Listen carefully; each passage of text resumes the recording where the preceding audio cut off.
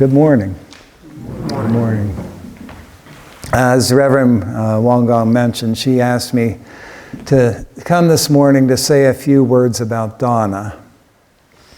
I think she probably picked me because of the Dana talks I once gave at Southern Dharma, the retreat center in the mountains where I worked as a few years as director. What I learned at Southern Dharma, among many other things, is that talking about Dana can be tricky business. So I hope my words this morning have some value, some authenticity, some relevance, and some validity. Okay, Boomer, Nick might ask. Okay, Boomer, what's Dana got to do with it? Good question. For beginners, we've been taught that Dana is a Pali word from the language of the Buddha. We understand that it denotes generosity. Linguistically, the word seems to function both as a verb and as a noun, signifying both the act of giving and that which is given, both the gesture and the gift. I'm not sure there is an equivalent word in English.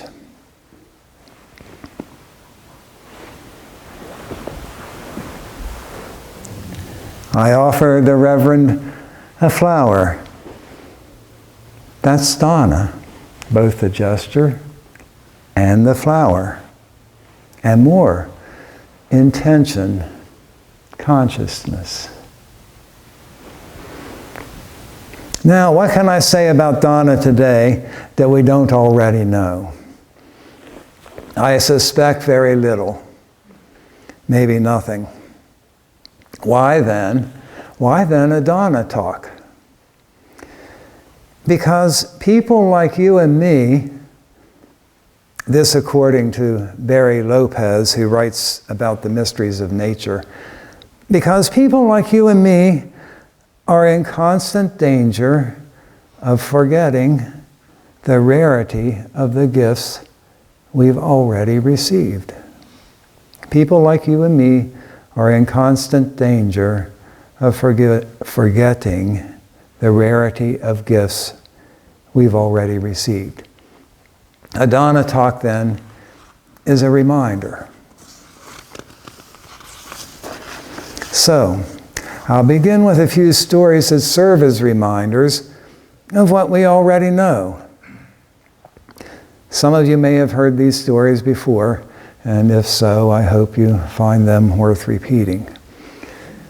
After leaving Southern Dharma, I chose to continue living in apart from the busy society in the mountains.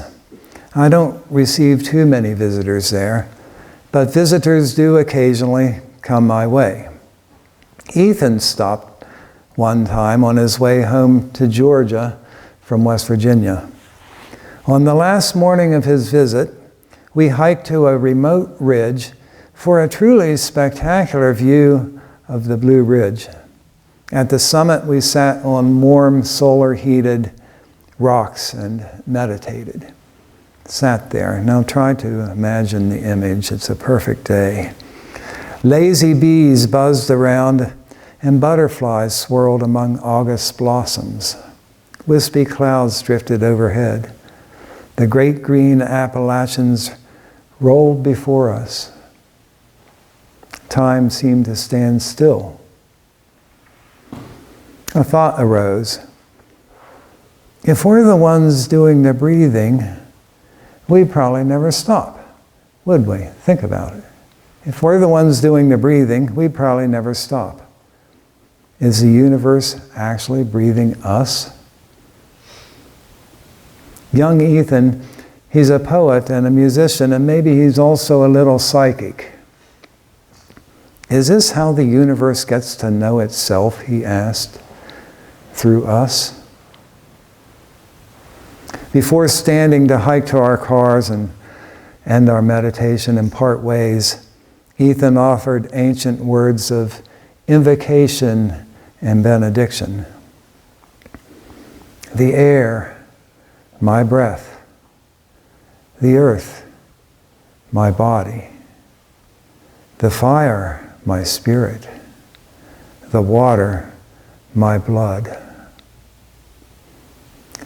Driving home, I noticed a sign outside a Baptist church. God gave us vision so we may see the way.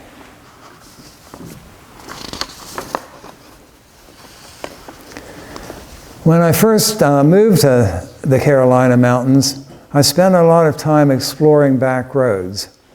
I was a stranger in a strange land, and I sought to lose and find myself on unmapped byways, going nowhere, exploring, alone. Well, I never did actually lose myself, and I'm not sure I found myself either, but I did discover that all roads seem to lead home. At least I always seem to end up back at Southern Dharma.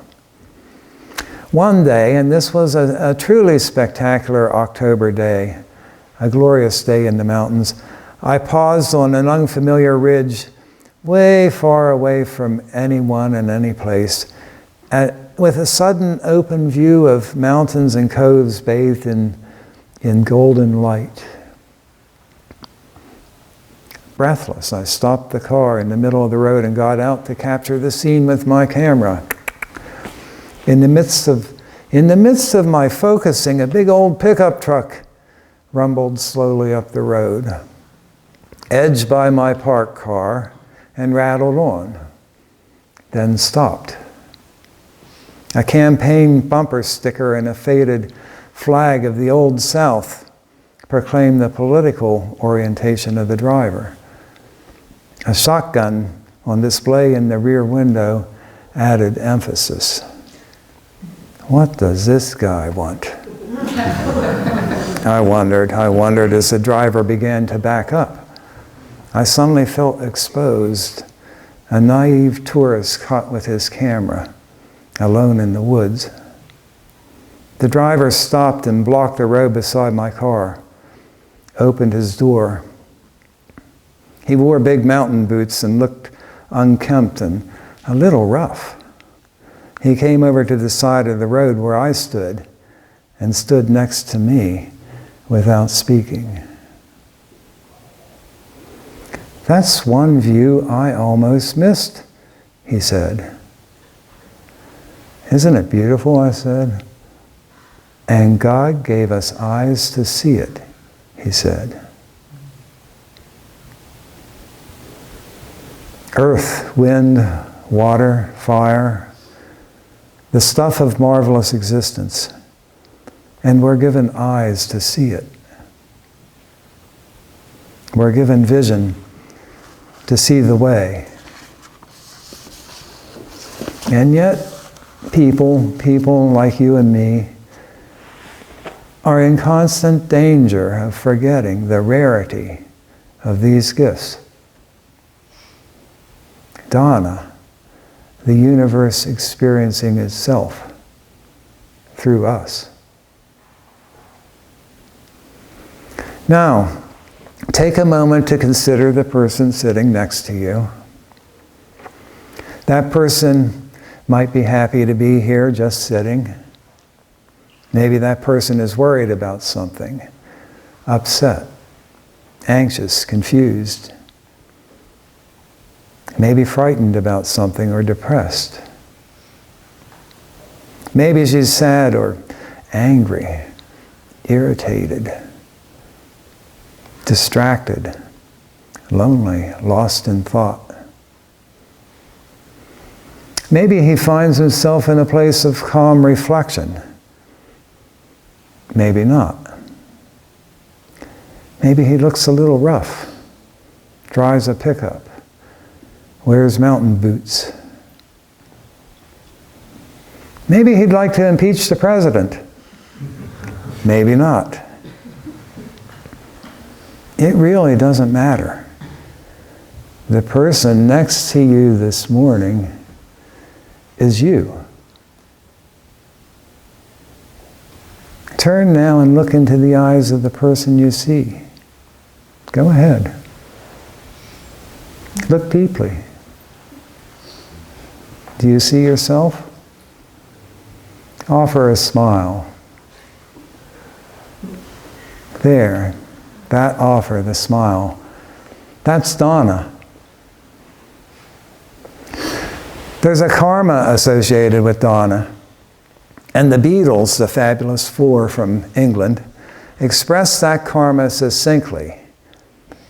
In the end, the love we take is equal to the love we make. Someone once asked the Buddha, where should a gift be given? And the Buddha is said to have said, wherever the mind feels inspired. Don't our minds feel inspired whenever we remember the gifts we've been given? Come on, people, now. Smile at one another. A little goes a long way. The groundskeeper at Southern Dharma once found himself without a home, living day to day on the streets. He survived through random acts of kindness from complete strangers. That's how he survived for a while. It doesn't take much, he said, remembering that experience. It doesn't take much. As toddlers and as young children, we're taught to share our toys. In some cultures, children are given grains of rice to hold and then to release to strangers who appear with outstretched, empty hands. Children are taught at an early age to let go of attachments. Some Native Americans still practice ritualized ceremonies of communal sharing, giveaways. A biblical story relates the feeding of multitudes. The feeding of multitudes when baskets were passed among hungry people on a hillside. It's known as the miracle of the loaves and fishes. It doesn't take much. It doesn't take much to feed multitudes.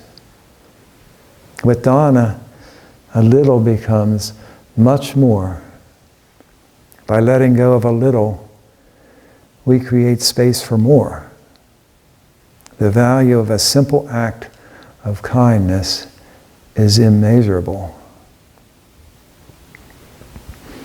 Quite simply, dana is practice. The practice of remembering what we've already know. The practice of acknowledging gifts we've already been given.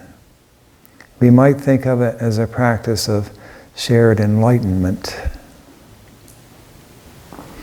Dana is offering a smile or spare change to a stranger on the street. Dana is soothing the cries of a baby with a song. Dana is looking into the eyes of an elder with a failing body and brain, simply saying, hello in there.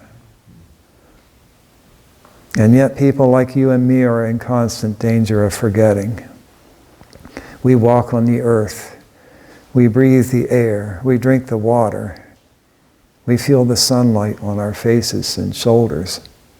Earth, wind, water, fire. We frequently fail to notice the blessings of gifts we've been given.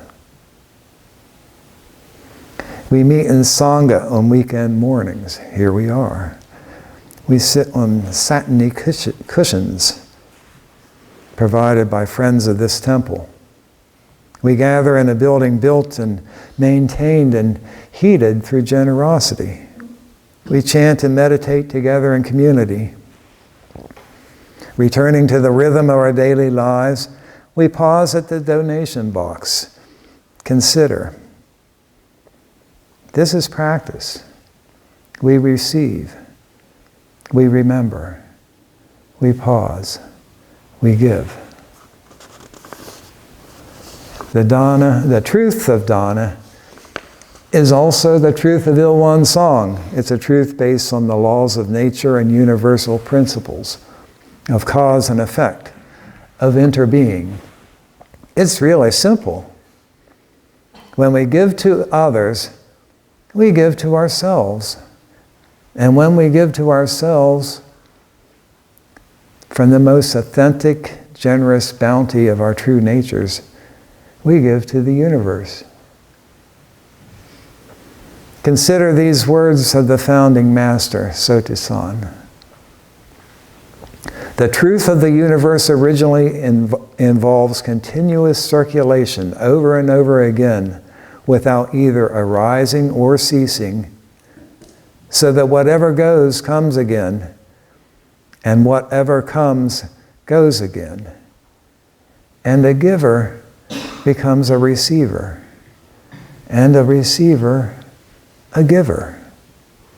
This is the constant way that never changes throughout all eternity.